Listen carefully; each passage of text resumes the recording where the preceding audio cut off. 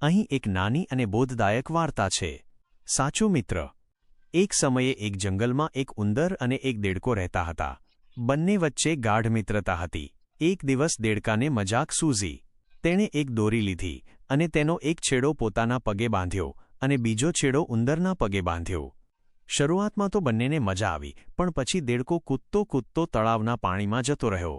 ઉંદર બિચારો પાણીમાં તરી શકતો નહોતો, એટલે તે ડૂબવા લાગ્યો અને બચાવવા માટે બૂમો પાડવા લાગ્યો। તે જ સમયે આકાશમાં એક સમડી ઉડી રહી હતી। તેની નજર ડૂબતા ઉંદર પર પડી। સમડીએ નીચે આવીને ઉંદરને પકડ્યો અને ઉડવા લાગી। ઉંદરની સાથે દોરીથી બંધાયેલો દેડકો પણ હવામાં ફંગોળાયો। અંતે સમડી ઉંદરની સાથે દેડકાને પણ શિકાર બનાવી ગઈ।